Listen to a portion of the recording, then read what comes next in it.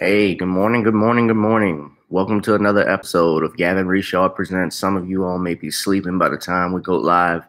Uh, I'm waiting to see if we can get more people in the chat room. Probably not, but I'll just go ahead and do this video. Hope everybody's doing good. If you watch this video, enjoying your weekend, your Saturday, I wanted to get into something. See, I like to do the live. Let me just explain. I don't really do the upload videos anymore because it's just easier for me to just go live and I can record it here on YouTube. That way I'm not taking up any data space on my computer by talking about it. So I go live here and the video is uploaded and, I can record it and I just go ahead and talk about what I need to discuss and what the topic is today. But at any rate, I wanted to talk about the Aretha Franklin funeral. I'm sure you all are asleep on it by now, and we're falling asleep during it. My God, y'all, we binge watched season 1 yesterday, so today I think is the burial. Season 2, it was, my Lord, that was over 10. That was, if I'm not mistaken, it's a 9-hour funeral. Everybody spoke but Donald Trump, and that was a surprise. He likes to talk. But getting into it, I thought there were some great parts about the funeral that I did like. Of course, the singing. I saw Shaka Khan trying to sing Going Up Yonder, and she couldn't remember the words, so she was looking at a fan. Fantasia over exaggerating, taking off her shoes, like,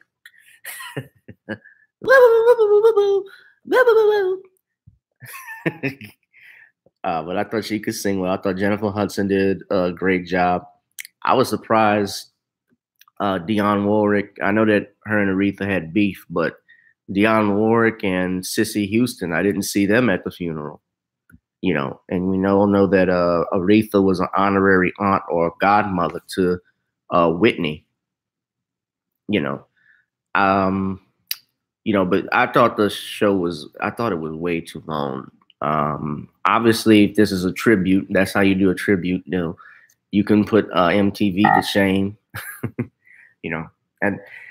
but they had Ariana Grande come up there, and when I saw Ariana Grande and how she was, and everybody's talking about how she was dressed, she looked like she was going straight from church to the club. Bill looked like he was gonna pounce on her. Did y'all see that? He was even reaching out his hand.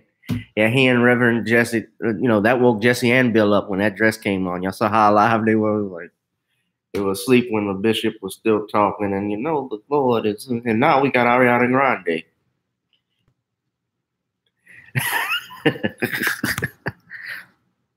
I saw Roly Poly sitting in the audience trying to dance, being all offbeat. I ain't gonna talk too much about that owl. I'm gonna let that go. Yeah. But I didn't think Ariana Grande. First and foremost, I was more about Ariana Grande. To me, she can't even sing. Let's just be real. I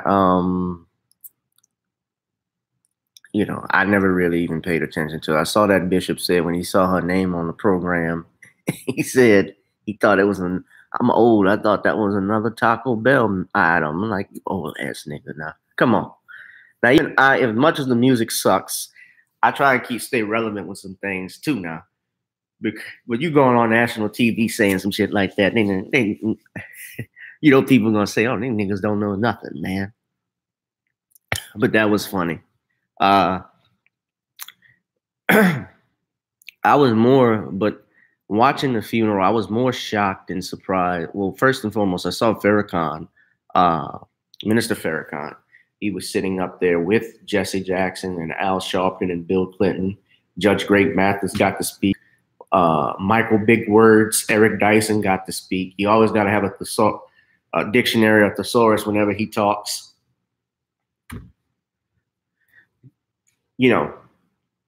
He spoke and took up so much time. It's like everybody got a chance to speak, and the only person that didn't speak, in all honesty, was Minister Farrakhan, which I was disappointed with. Now, that's the family's wishes. They can have whoever they wanted to speak. And another thing about and give the eulogies or give the time that they were allowed it. But a lot of those things were off the rail.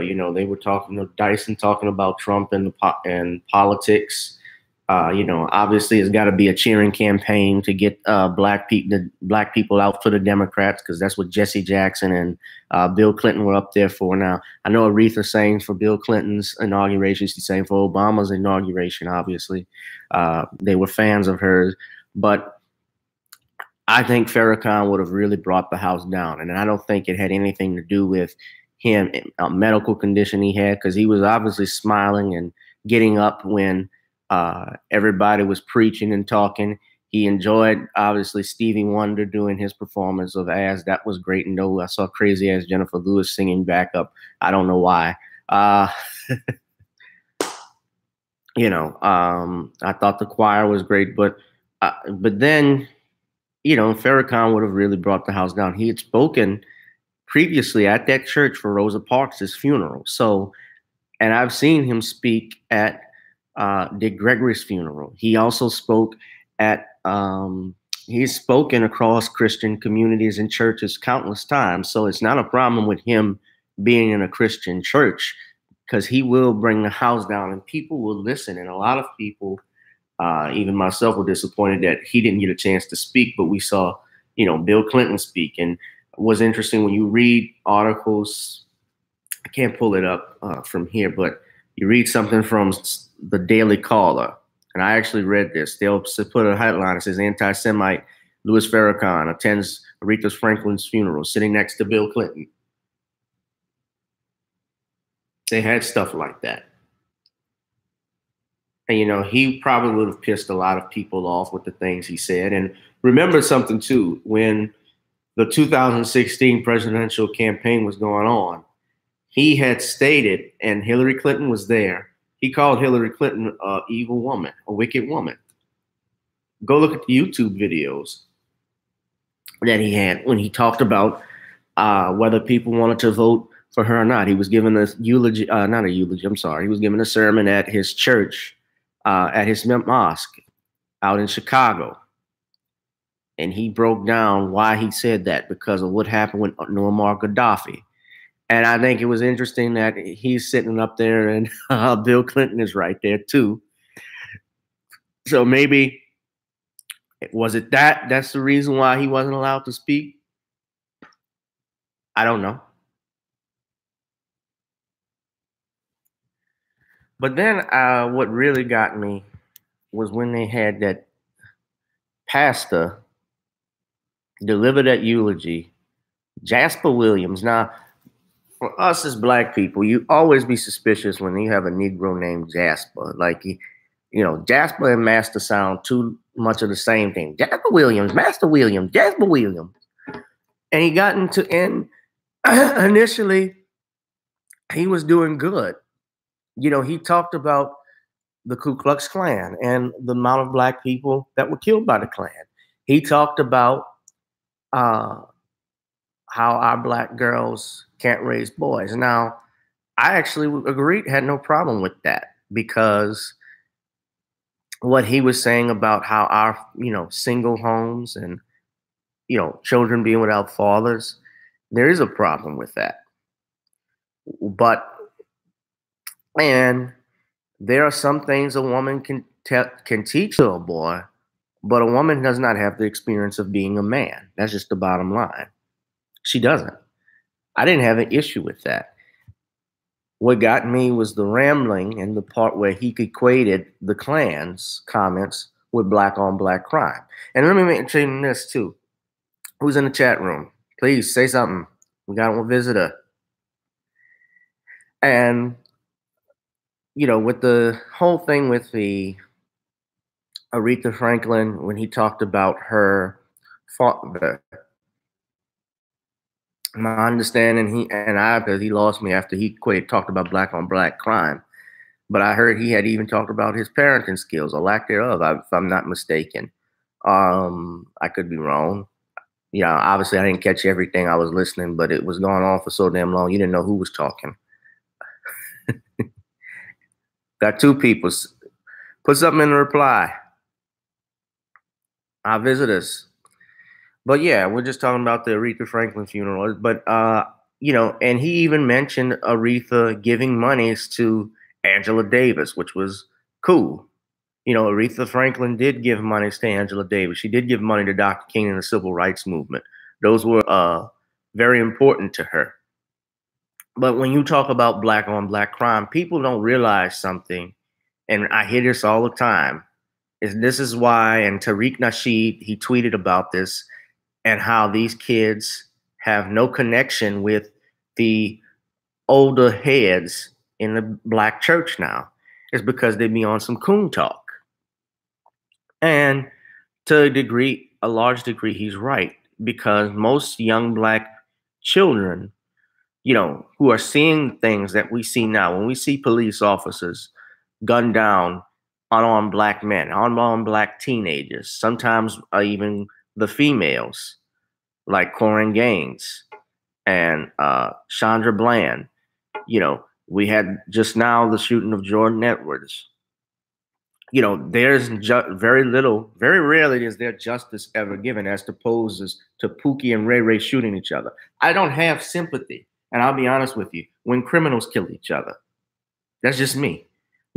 I feel sorry for their families. I feel sorry, obviously, for their children that grew up without parents. And do we need to be concerned about crimes in our neighborhood? I agree, absolutely. But I can't equate that.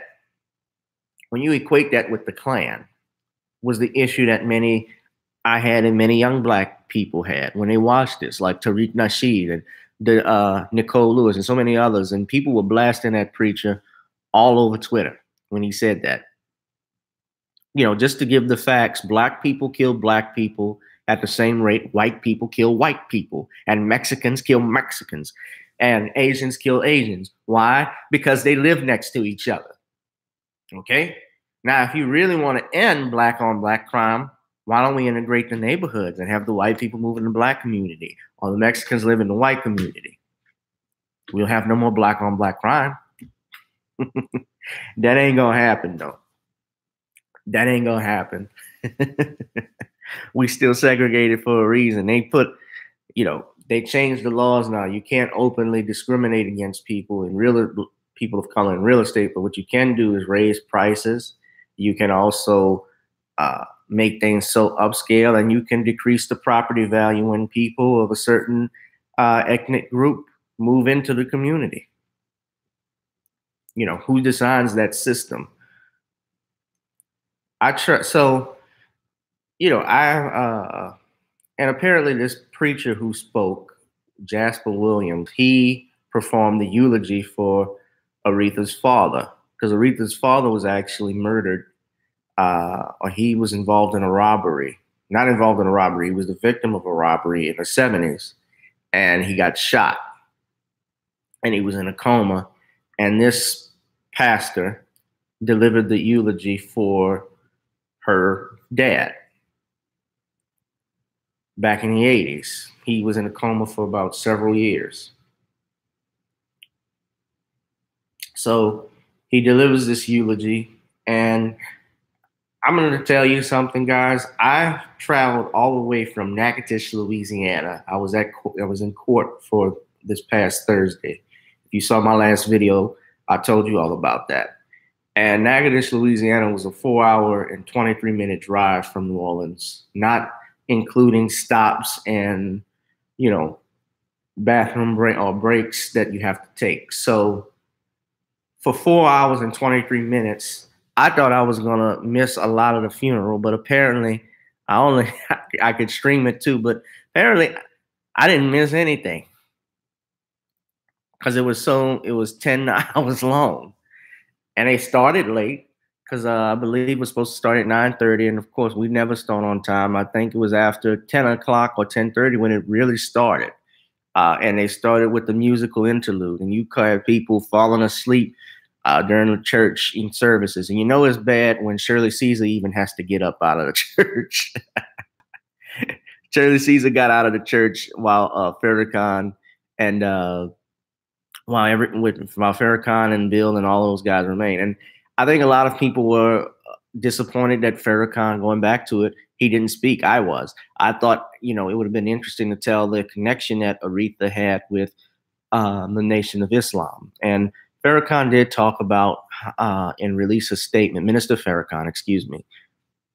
He released a statement in the final call, and those newspapers were going out for free, actually, out in Detroit, because that's where the Nation of Islam started. But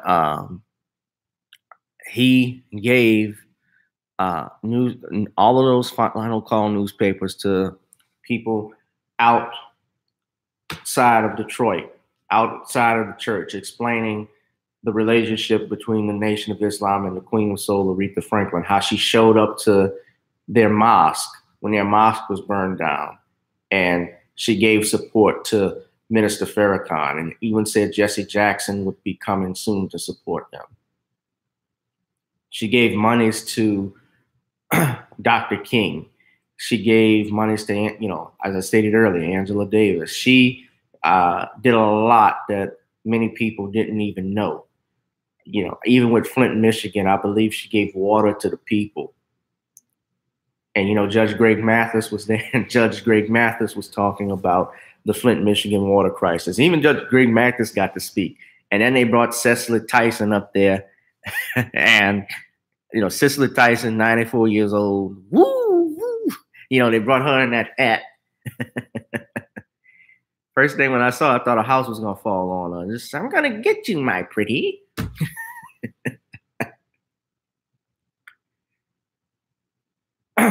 Man. So a lot of people that missed it.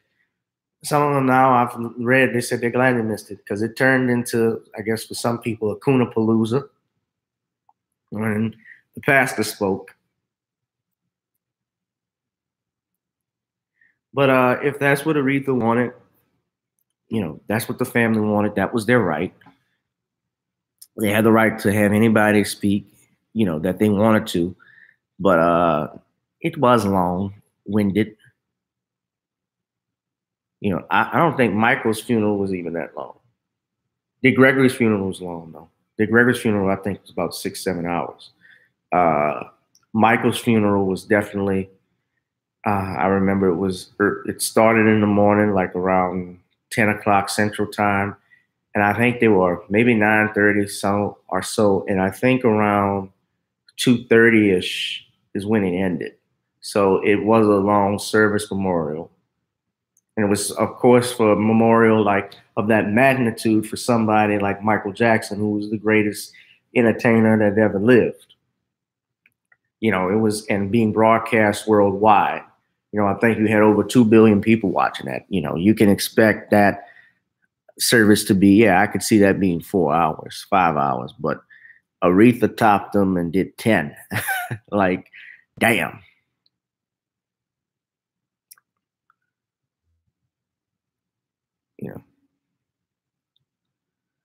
But who is in the chat room? Who's watching? Anybody in the chat room?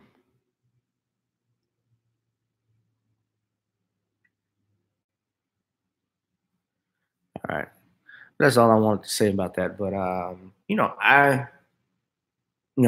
thought, Farrakhan could have spoken. They had Jesse up there rambling, and I know Jesse's sick.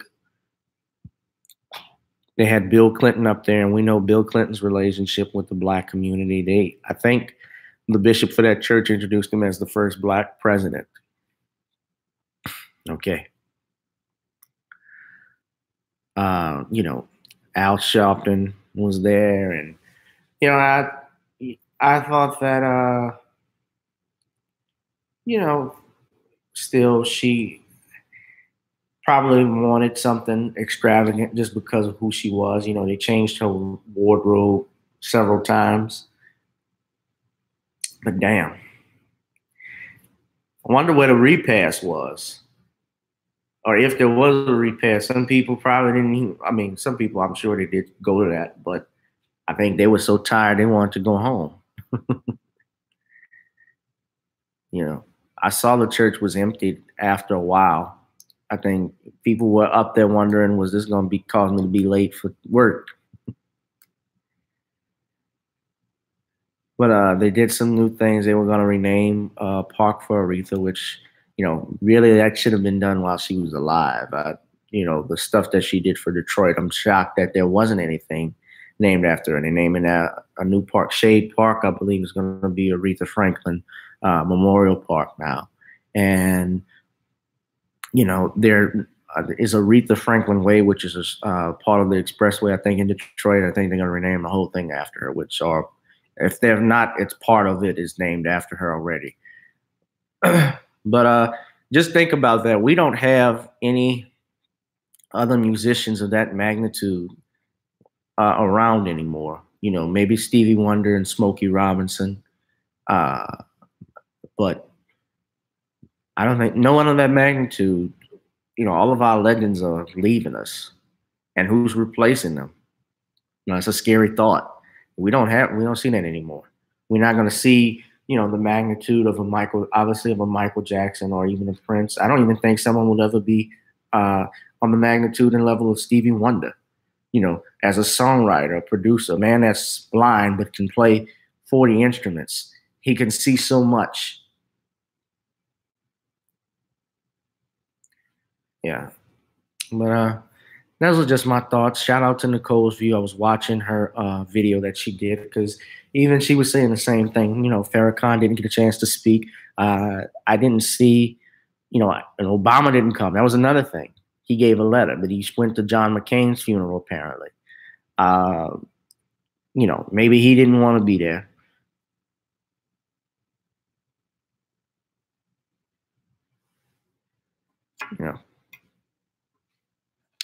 Excuse me, guys. But then for me, today is Saturday. It's college football. I'm going to start streaming that. I'm actually going to get out and do some work too. But you guys enjoy your Saturday and you enjoy yourselves and spend time with your families. Do whatever you got to do. But we'll discuss what the next topic will be. We should seriously look. I've been thinking about this too. How much anybody knows how much it may cost to start up a new television network? Because we could use a black news station, not even a news station, but another channel where we're showing new and old sitcoms. Of course, Bounce TV has things, but we could also throw in a news program as well that tells the news from our perspective. Remember back in the day when BET, before they were doing all of this cooning stuff, BET actually had News Tonight that would come on at 10 o'clock. And 10:30, Tavis Smiley would come on. Y'all remember that? Ed Gordon, I think, would do the news. And at 10:30, it was Tavis Smiley's show. Then before that, you had all of the, obviously they had new television sitcoms that they had on there. We got to start employing each other. We got to support each other. Like I saw Jeffrey Owens from The Cosby Show now. He works at Trader Joe's. Now, there's nothing wrong with doing,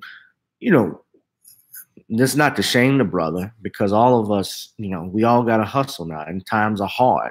What you were doing in 1984, you may not going to be doing the same thing in 2014.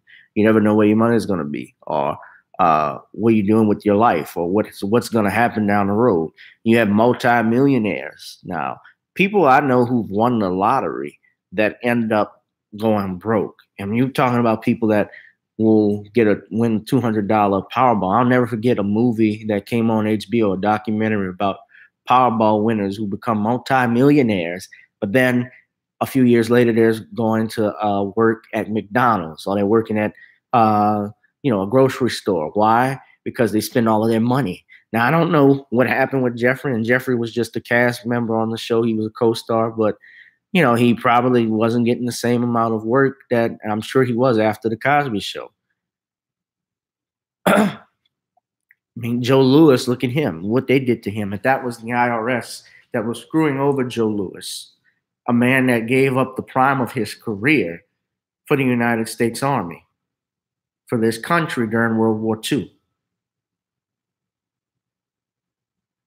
He bought tickets for exhibitions to watch this, to give to the soldiers to lift their spirits. give them hope, give them pride. And he couldn't even claim those things as a write-off on his taxes. They charged him for that. That's the type of stuff that they did to boxers like Joe Louis and black people in this country.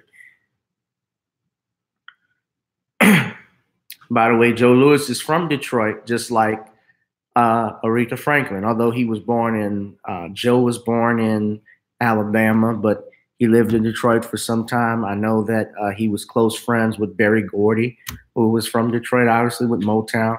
That was another thing I would have expected. I didn't see if Berry Gordy was there. Was he at? I know he may have known Aretha through passing. I'm sure he knew her very well.